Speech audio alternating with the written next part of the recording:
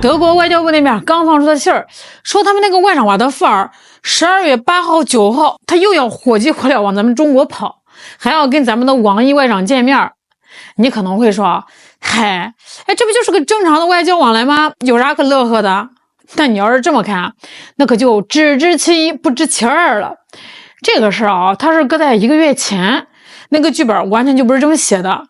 当时这位瓦德福尔外长那是何等的意气风发呀，何等的桀骜不驯啊，那鼻孔啊都要朝到天上去了。当时他也要来，结果呢被咱们给晾在一边了。你说好听点啊叫推迟访问，但是说的难听点啊，就是咱们这边是闭门羹伺候，门都没有让他进。为啥呢？因为这个人不懂事儿啊。这就像咱们过日子啊，你都要来我家串门了，想蹭饭吃，结果你这个人还没进院子呢，就在这个村口的大喇叭里骂我家主人，还想踹我家的狗，还要砸我家的锅。你说这种人我能让他进门吗？我要是让他进门啊，我都对不起我家那2扇大门板。所以啊，这1个月这个家伙在德国那边是坐冷板凳啊，干着急。现如今呢，1个月过去了，这人怎么突然又来了？而且你仔细品品啊，德国外交部现在那个口气、那个态度，哎呦喂，那是跟之前有着天壤之别啊。那之前那个嚣张劲儿没了呀，之前那个刺儿的话也不说了，现在的感觉就是，哥，我错了，我家里揭不开锅了，你行行好，让我进屋聊聊吧。咱们先得把旧账翻出来晒着，看看这个瓦德福尔1个月前到底干了啥缺心眼的事儿。那个时候他也是计划要来中国，这按理说外长访华那就是来谈合作来谈生意的，特别是德国啊，大家都知道啊，什么奔驰啦、宝马、大众那是德国的命根子，中国是他们最大的市场。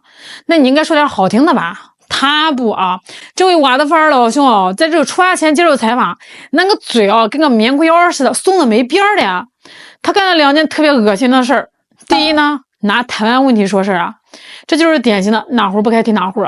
他一边假惺的说我们是坚持一个中国政策的，紧接着就来个但是。大家都知道老外说话呢，但是后面才是真话。他说啥？他说德方有权自行决定政策实施方式，还说不支持武力改变现状，还要扯什么航运自由。这就好比说你跑到别人家去，指着人家卧室说这个房子归你啊，但是这个卧室门你怎么开我说了算，而且我还不许你管教你家孩子。你说你这不是找抽吗？这是中国的底线红线，你一个德国外长，2战战败国，在这指手画脚，你也配吗？这第二呢，拿这个稀土问题撒泼啊。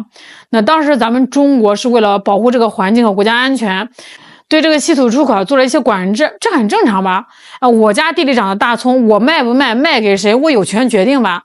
这瓦德福尔他不干了，他叫嚣着说要当面向中国表示严重关切啊，说中国限制出口损害了德国企业的利益。先听听，你说这叫什么强盗逻辑啊？意思就是我想买你就必须卖，你不卖我就要骂你。这就跟菜市场的无赖一样啊！我看上你家白菜了，你不给我，我就撒泼打滚。结果怎么着呢？咱们中国这回是真不惯着他啊！你想来不好意思，没空。那这1个月，瓦德福尔在德国日子好过吗？我告诉你啊，那是相当的难熬，可以说是冰火2重天。首先是冰，德国经济现在的状况那是真的凉啊！以前咱们这个印象里啊，德国那是欧洲的火车头，动力强劲。那现在呢？那不仅是火车头趴窝了，连煤都快烧没了。数据是不会撒谎的。那自从这个新冠疫情加上俄乌冲突这几年，德国经济是连续3年停滞不前。咱们这儿都在谈复苏，他们那儿在谈去工业化。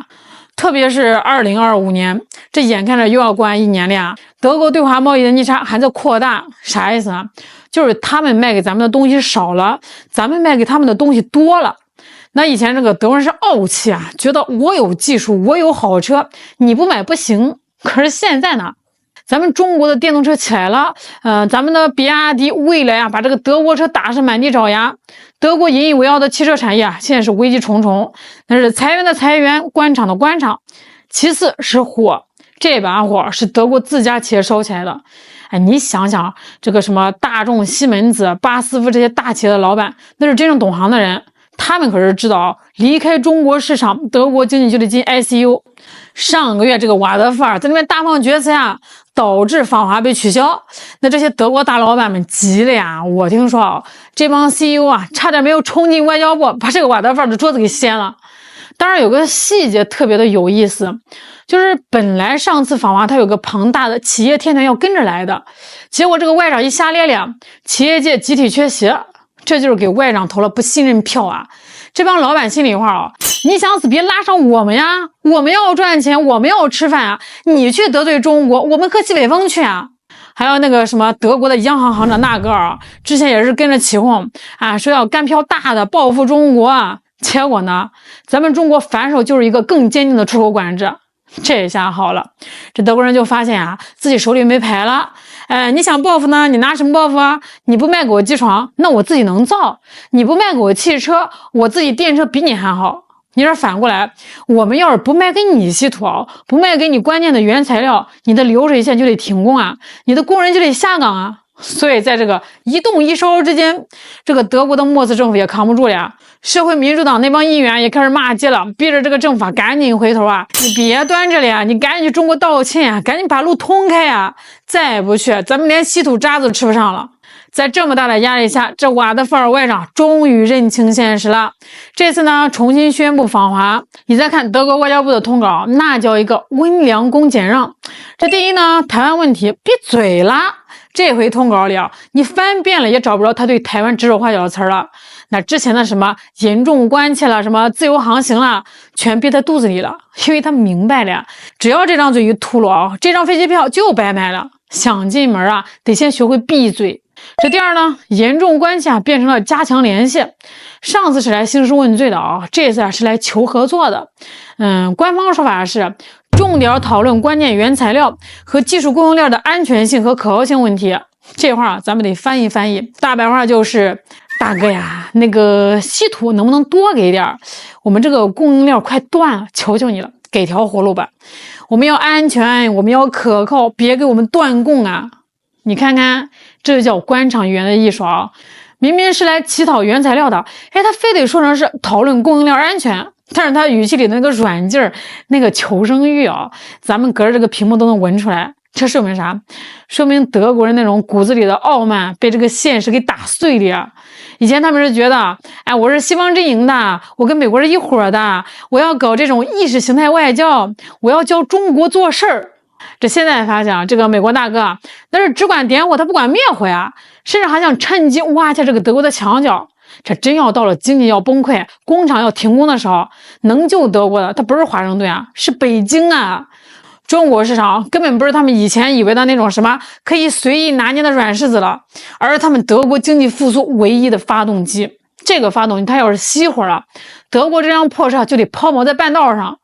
那聊到这儿呢，咱们就必须得夸夸咱们中国的外交手段哦，这就叫不战而屈人之兵，这就叫以柔克刚。咱没有像他们那样子天天在这个麦克风面前骂街啊，咱们就做了一件事儿，立规矩。你想来可以，但是前提是你得尊重我，你不尊重我，那你就别来。你想吃饭可以啊，但是你不能一边吃饭一边砸锅。咱们甚至都不用放什么狠话，只需要静静的看着他在那边表演，看着他在那边碰壁，等他在这个墙上撞的是满头包了，疼了，知道错了，咱们再把这个门啊打开一条缝儿。哟，想明白了，想明白就进来坐坐吧。这次恢复他访华，就是咱们给德国的一个台阶下。毕竟啊，这个中德之间还是有着巨大的利益共同点的。咱们也不想把这个德国彻底推向对面去。只要你肯务实，只要你肯谈生意，咱们还是欢迎的。这也是做给欧洲其他国家看的啊，跟着美国搞对抗，死路一条；跟着中国搞合作，才有肉吃。这也给那个瓦德福尔上了一课。那这一课的名字就叫不要用你的爱好来挑战我的专业，不要用你的嘴炮来挑战我的实力。当你的脖子被卡住的时候，你最好别跟掐着你脖子的人瞪眼儿。最后咱们展望一下这2天的会谈啊，瓦德福尔这次来能不能成？我觉得吧，还得听其言观其行。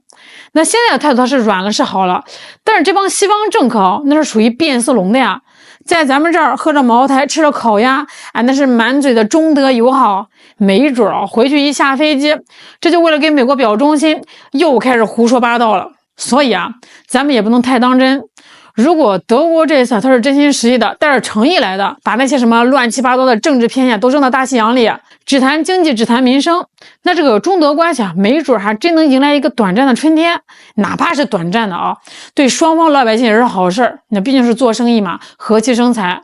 但是如果他在这个会谈桌上还是那一套教师爷的做派，还是那种一边想占便宜一边想立牌坊，表面一套背后一套，那我就一句话，这一趟访问啊，来也白来。